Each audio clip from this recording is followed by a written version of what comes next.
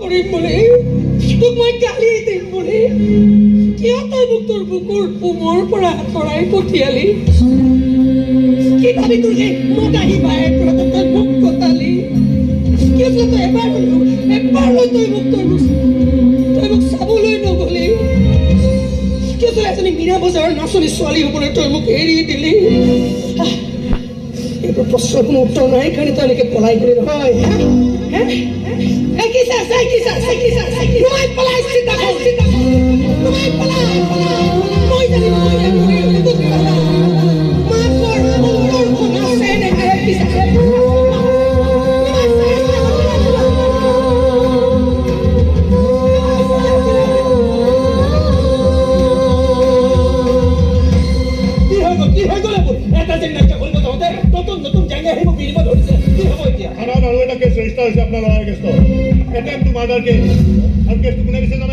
গৌতম চৌধুৰী আপোনাৰ মেনেজাৰে কিমান মৰম কৰিছিলো, তাক মই কিমান বিশ্বাস কৰিছিলো। বাহিৰৰ কোম্পানী এটাত সাধাৰণ কৰ্মচাৰী হিচাপে কাম কৰি আছিল। মই তাক মাতি আনি মেনেজাৰ এখনত বহুৱাইছিলো, মোটা দৰমহা দিছিলো। আৰু এতিয়া মোৰ ল'ৰাৰ এগেইনষ্টত সি কেছ দিব পৰা হ'ল। ইমান সাহস হ'ল, ইমান সাহস তাৰ।